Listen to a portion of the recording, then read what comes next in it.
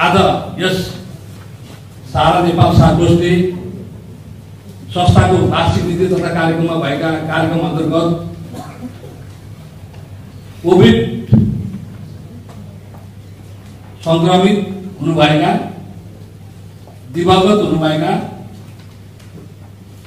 कर्मचारी तथा सदस्यहरूलाई सहायता वितरण कार्यक्रम रहेको छ।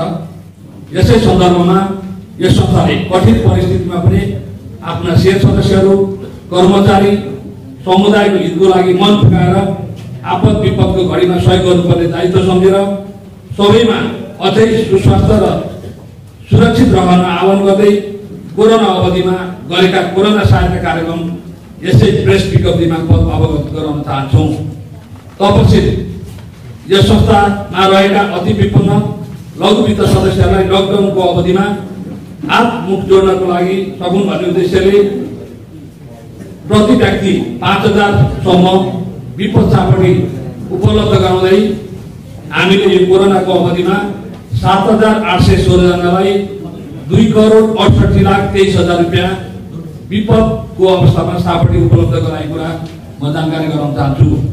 त्यसै गरी यो संस्थामा ऋण कारोबार गरिरहेका सदस्यहरूलाई थोरै भए पनि सहयोग पुर्याउने उद्देश्यले 2077 असार मसान्तसम्म सालाको किस्ता र ब्याज बुझाउने सदस्यहरूलाई पार्टीको ब्याजमा 10% छुट बापत हामीले 3,45,00,000 रुपियाँ हामीले यो ब्याज छुट गरेको कुरा पनि म यसै कार्यक्रम मार्फत जानकारी गराउन चाहन्छु। त्यस्तै गरेर हामीले यस विपदको घडीमा प्रदेश सरकार, स्थानीय सरकार, जिल्ला विपद व्यवस्थापन समन्वय समितिहरूसँगको सहकार्यमा आइसोलेसन क्वारेन्टाइनमा बसेका व्यक्तिहरू, भुटानी शरणार्थी शिविरका व्यक्तिहरू तथा विपन्न परिवारको लागि खाद्यान्न र सुरक्षा कर्मीहरूलाई स्वास्थ्य सामग्री सहयोग गर्नका लागि मानवीय सहायता कोषबाट 57,35,257 रुपियाँ बराबरको राहत प्याकेज उपलब्ध गराइएको थियो। यो कोरोनाको संक्रमणको समयमा PCR ल्याब स्थापनामा एकका लागि एक अभियान सङ्घको सहकार्यमा महत्त्वपूर्ण भूमिका समेत यो संस्थाले निर्वाह गरेको कुरा म जानकारी गराउन चाहन्छु। कोरोनाबाट आर्थिक गतिविधि ठप्प भई व्यापार व्यवसाय सञ्चालनमा समस्या भइरहेको अवस्थामा संस्थाले हालै मात्र एउटा सस्तो ब्याज दरको प्रोडक्ट ल्याएको छ, जसमा हामीले 10.99% को सरल कर्जा वितरण गर्ने घोषणासँगै सुरुवात गरेको कुरा म जानकारी गराउन चाहन्छु।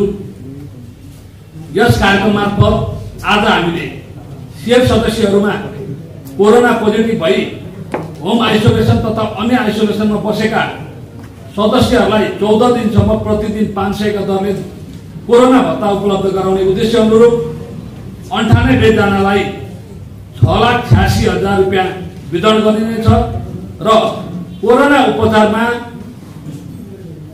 उपचार बापत हामीले प्रति व्यक्ति उसको उपचारको आधारमा 3 लाखसम्म उपलब्ध गराउने भन्ने कार्यक्रम अन्तर्गत 18 जनालाई हामीले 25,85,136 गरी 32,71,136 आज हामी वितरण गर्ने कुरा पनि म जानकारी गराउन चाहन्छु।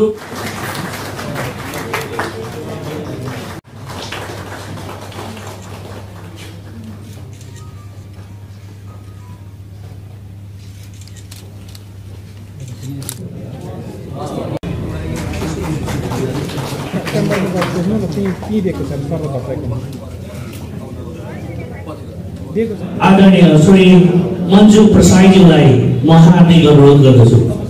उहाँहरूलाई राहत उपलब्ध गरेको थियो। हामी सारा नेपाल अनि कन्काईलाई थाहा पनि छ।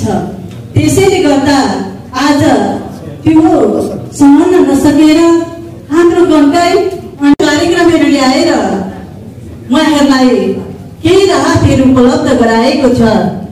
त्यो हाम्रो सहारा नेपाललाई म धन्यवादको पात्र पनि भन्न चाहन्छु।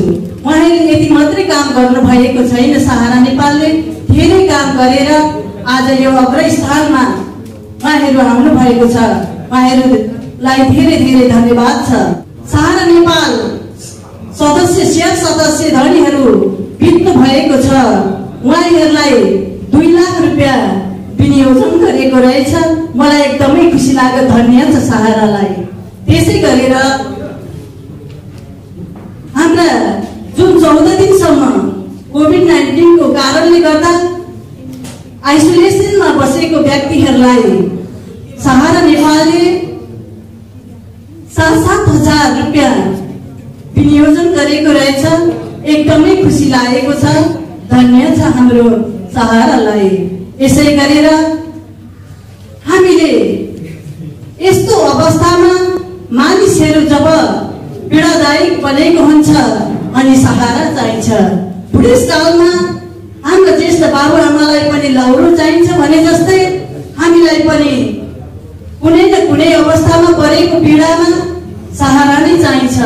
त्यसैले नै धन्य छ सहारा। सहारा सबैको सहारा भएको छ। वास्तवमै आर्थिक रूपमा विपन्न हुने व्यक्तिहरूको लागि 3 लाखसम्मको औषधि उपचार गरेर एउटा मरणासन्न अवस्थामा भएको मान्छेको प्राण बचाइदिएको सहाराले, जसले गर्दा त्यो सदस्यको परिवारका सन्ततिहरूले पनि सहारालाई जहिले आशीर्वाद दिइरहेको छ र दिने पनि छ। र थोरै रकम 7,000 हो, तर न्यून वर्गको लागि यो 7,000 पनि ठुलै रकम हो। त्यसैले त्यतिखेरको औषधि खर्च, खान्थे पिन्थेका कुराहरूलाई मेन्टेन हुने गरी जुन सोच राखेर सहाराले यो कार्यक्रम ल्यायो, यसमा हामी सम्पूर्ण संक्रमित, कोभिड संक्रमित आइसोलेसनमा बसेका महानुभावहरूको तर्फबाट सहारा साकोसलाई हार्दिक हार्दिक नमन गर्न चाहन्छौँ।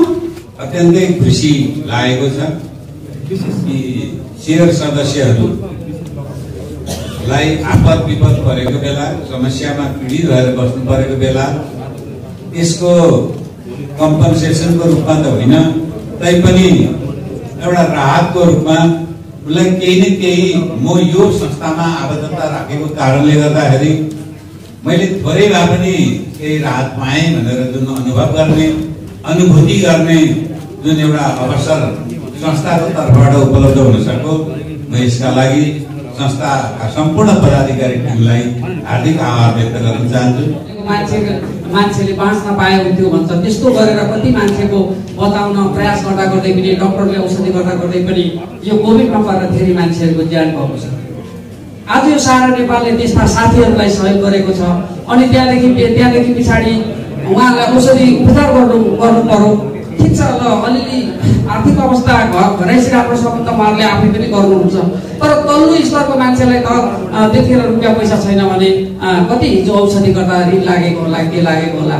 अब त्यस्तो अवस्थाको लागि यो सहारा नेपालले आज सहयोग गरेर यत्रो भव्य कार्यक्रम गरेर झापाका हरेक ठाउँबाट यहाँ चाहिँ यो कार्यक्रम गरिराखेको छ। आज खुसी लाग्यो। राष्ट्रिय जगतमा पनि नेपालको सहारा नेपाल साकोस अब्बल संस्था हो भन्ने पहिचानमा पुर्याउनको लागि यहाँहरूबाट अमूल्य सुझावहरू, सहयोगहरू निरन्तर रहिरहनेछन् भन्ने म अपेक्षा राख्न चाहन्छु। र आज यस कार्यक्रममा उपस्थित हुनुहुने प्रमुख अतिथि, विशेष अतिथिज्यूहरू लगायत पत्रकार मित्रहरू, अन्य प्रतिष्ठित व्यक्तित्वहरू आफ्ना सम्पूर्ण कार्यक्रमलाई थाती राखेर यहाँ उपस्थित भई यो कार्यक्रम सम्पन्न गर्न सहयोग पुर्याउनु भएकोमा संस्थाको तर्फबाट हार्दिक आभार एवं धन्यवाद व्यक्त गर्दै यस कार्यक्रममा विभिन्न तहबाट सहयोग पुर्याउनु हुने, व्यवस्थापनमा सहयोग पुर्याउनु हुने सम्बन्ध सबै पक्षलाई हार्दिक